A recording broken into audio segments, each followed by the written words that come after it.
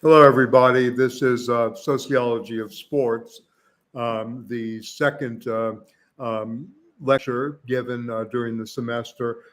Today, we will be focusing on the Society of the Spectacle, written by Guy Debord in 1967, revised a little bit through a work called Comments on the Society of the Spectacle in 1984. He went back and reflected on what he had written 17 years earlier and kind of updated a little bit with commentary, although he held to the fundamentals of what he was doing in the Society of the Spectacle. We're engaging the first 51 propositions. We've gone over somewhat in the class about the underlying premise of this work is that we're all alienated human beings, and that the overcoming of alienation, which seems to be part of a utopian claim and focal point and goal of leftism, if you will, in the world, has been a major area of debate among people if we really can get over our alienated being. I mentioned to you that we're alienated first and foremost from the natural world, from nature. We do not consider ourselves part of nature so much. I mean, we speak about human nature, we speak about our nature, etc. We speak about nature as such, but never really ourselves as being part of this planet and part of nature and the natural world. So this is the first aspect of alienation. What we have done in the capitalist world for the last 500 years is on a complete drive to master nature, to dominate nature. In some ways, that domination has yielded, quote, progressive movements. We can look at, the invention of the steam engine, some of the things that we have in artificial intelligence. Obviously, the medical profession, many of the progressive matters happen through a domination in the scientific project over nature. But at the same time, did it really help us overcome alienation and our understanding, first and foremost, of our nature in this world, right? And in the world of nature, that we're a part of. We are not here to just dominate nature. But so anyway, that's the first determination of alienation. Another alienation from, again, that we're alienated from work. In most of our work, service sector work, we do kind of abstract tasks. We are always kind of like the proverbial white collar jobs, alienated in that. We're not really making anything. We don't really see the product and fruits of our labor. Some people maybe more than others, but in general, the society itself is alienated from the workspace. And I guess if you ask most people, they work basically because they need money as a means of survival, and money as a means of paying the bills, etc.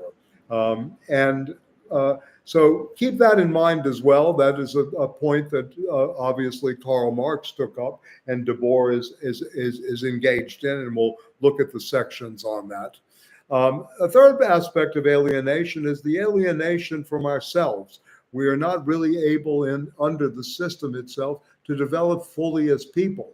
We basically are pigeonholed. We have to choose career paths. We become over-specialized in a certain discipline rather than being able to see the whole of existence, to really live life. So that's another aspect that he's really engaging in terms of alienation, and also alienation from others. We're also alienated from the community. These are the four broad strokes: nature, work, self, and community, of where we're alienated from, and is again the underlying working premise in Debord's work. Let's begin with the opening quote and chapter, separation perfected. And the goal here is to see in the first chapter, in the first 30 odd, I think it's 34 propositions, to see how what has happened in the separation and in this alienation. There's been a perfected unity where nobody really takes this into account in their daily lives.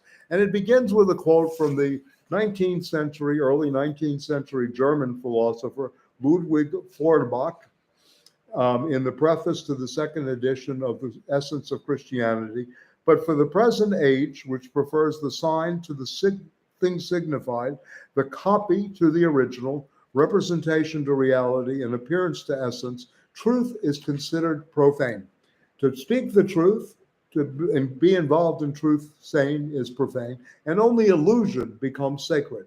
Sacredness is in fact held to be enhanced in proportion as the truth decreases and illusion increases. So that the highest degree of illusion comes to be seen, isn't in reality, but comes to be seen as the highest degree of sacredness. How have we gotten into this inverted, topsy-turvy world is really Debord's first attempt to look at.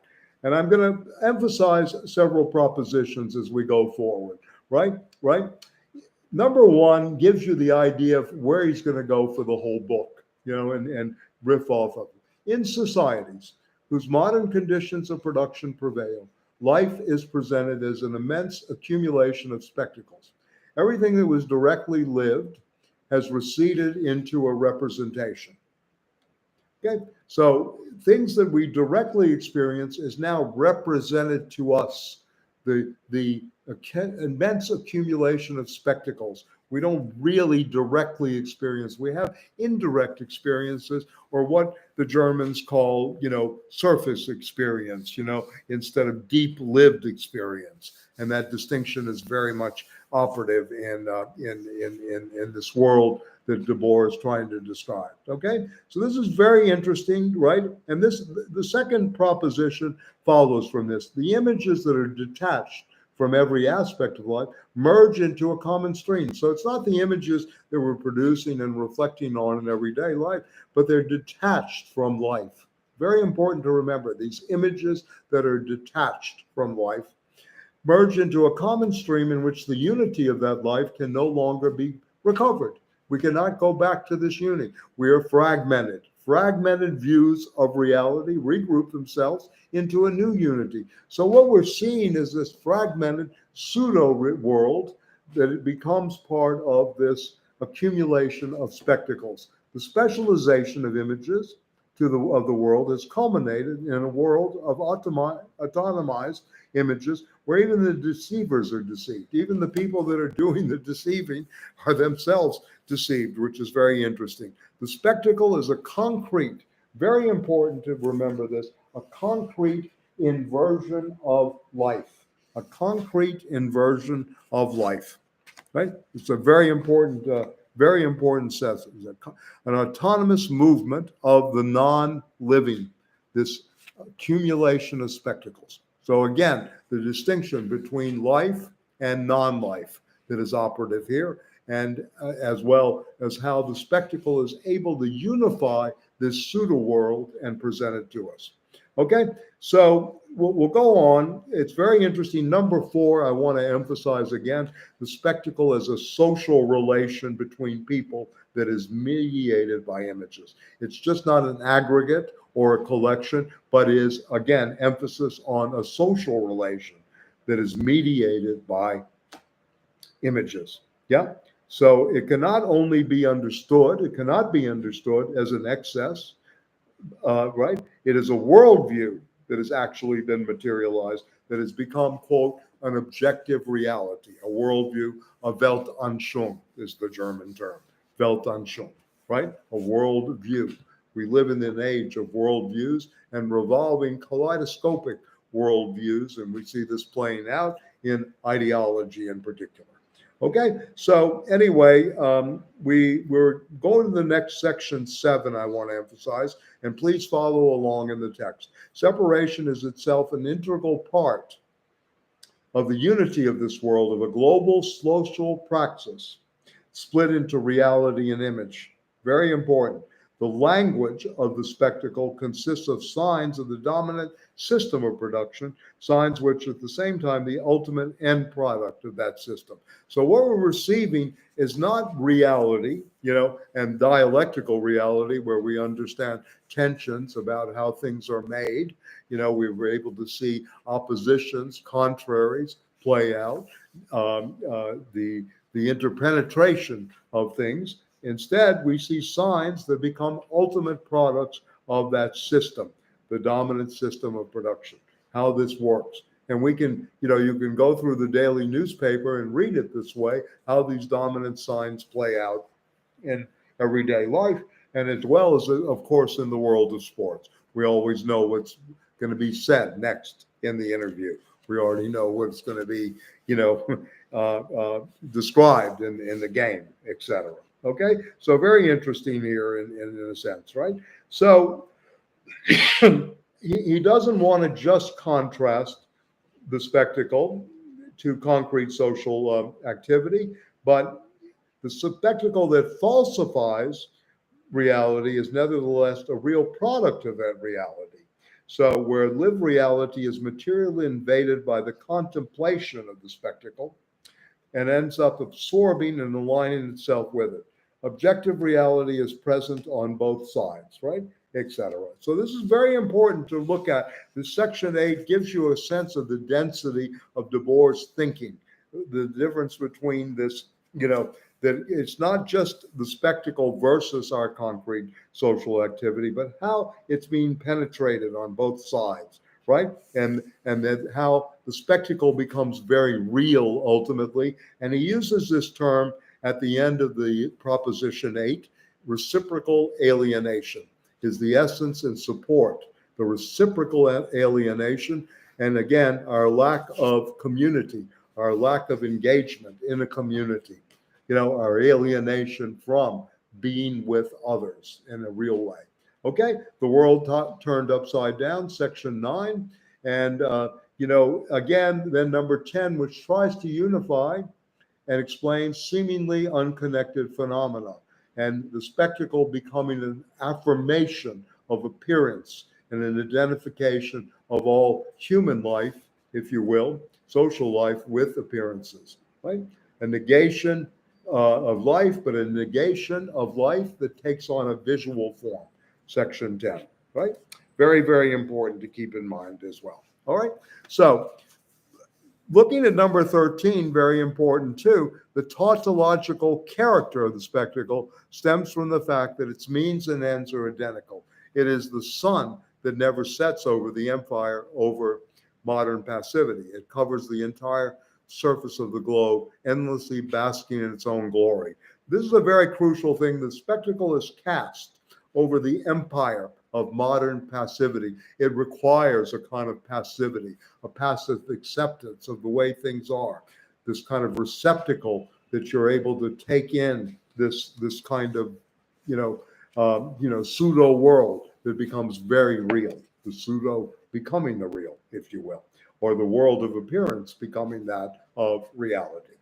All right, so the spectacle, number 15, is the leading production of present-day society. Very important to see that as well, operative. Okay, so number 17, right, or 16 first, is the economic alienation we experience. The spectacle is able to subject human beings to itself because the economy has totally subjugated them. It is nothing other than the economy developing for itself. And we see a kind of economic determinism here that seems to be working on multiple fronts. We see in our society today, most of the content of sports programs are about contract. It's about, who's playing for a contract. It's interesting in terms of this professionalization and this spectacularization of sports. And you see this again playing out in the movie of the fanatic fan, played by Robert De Niro, Gil Renault, the knife salesman. How he is a very alienated character, alienated from his work as a salesman, alienated obviously from nature, alienated from others, his family, really in some ways his son, right? And again, alienated from, himself. I mean, he's really trying to recapture a glory moment in his past when he was 13, 14 years old as a catcher on the team, right, etc. And then, what was, he about in this respect. So very interesting, character there in many ways. Gil Renault, in terms of the fan, as becoming absorbed, if you will, by the spectacle. This may really help your understanding a bit. The fan is a filmic representation of how the spectacle swallows everything, swallows, overwhelms, encompasses, and then ensnares one in its pseudo world, right? Right?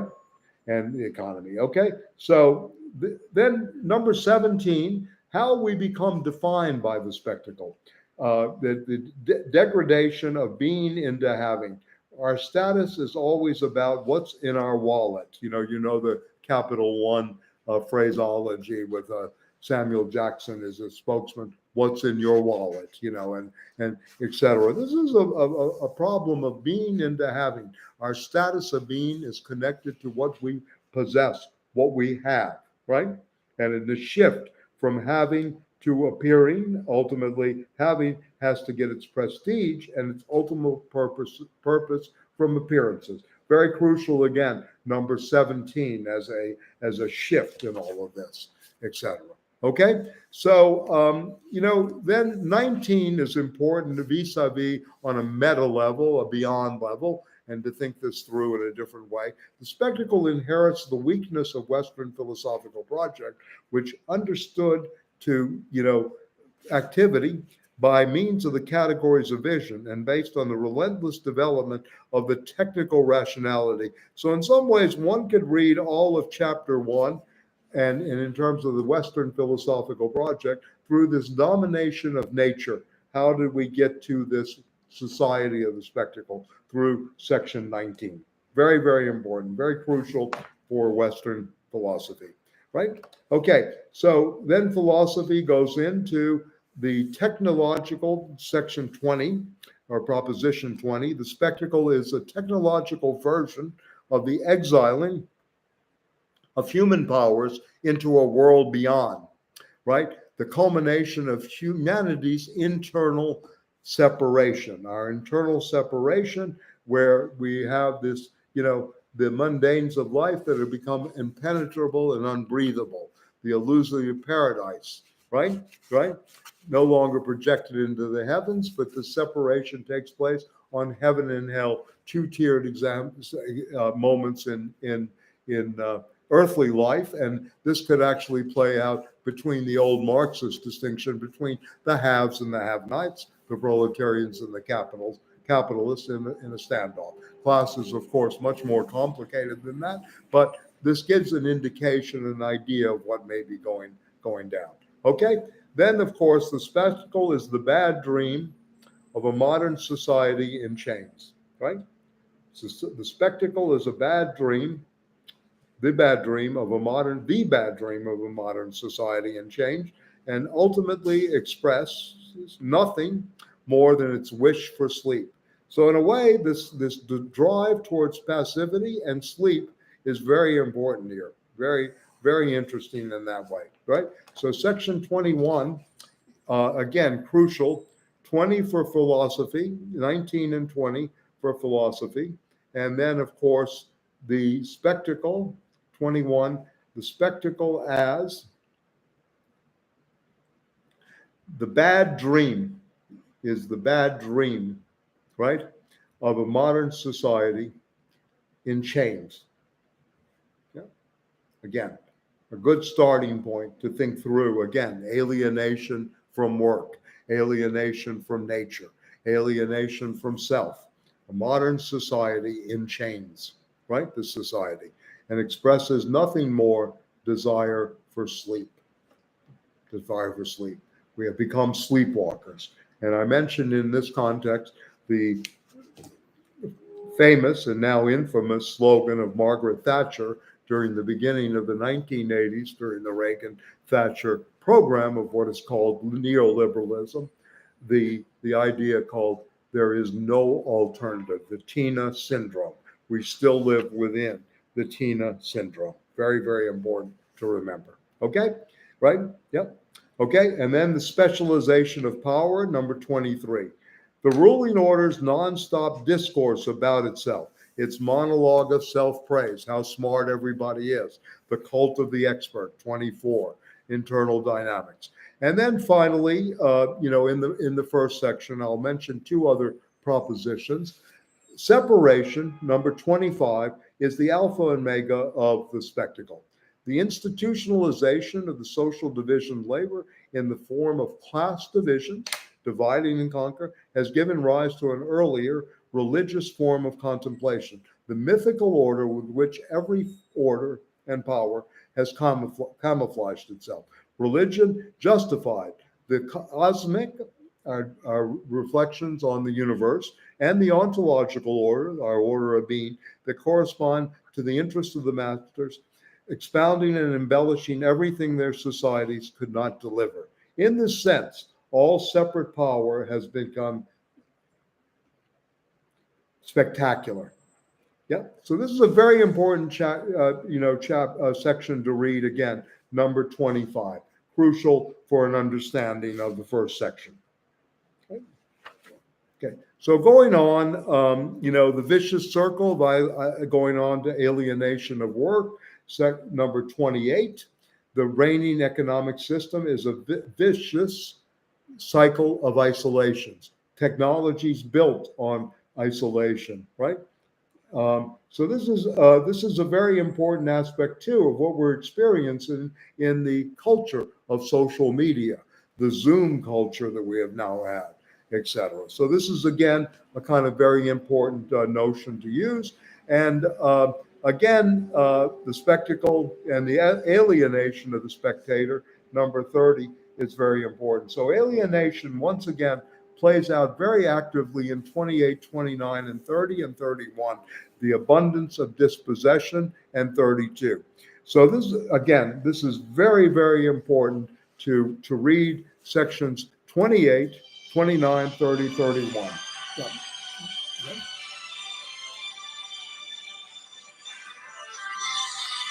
Matt, I'll call you right back. I'm just finishing the lecture on YouTube. Okay, thank you so much. Bye-bye. And excuse me for that, but anyway, let's go back to that. The spectacle, and this is the end of the first section. It comes full circle from this alienation in the beginning, where the immense accumulation, right, of life is presented as an intense accumulation of spectacles.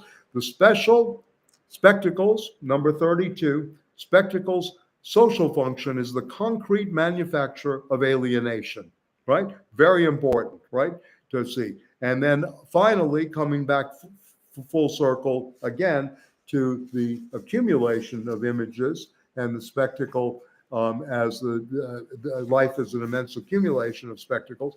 The spectacle is capital. It becomes capital, right? Accumulated to the point that it becomes images. So we're looking at the capitalization of images, which leads us into the second section called the commodity of spectacle. That will begin the next lecture. Thank you so much.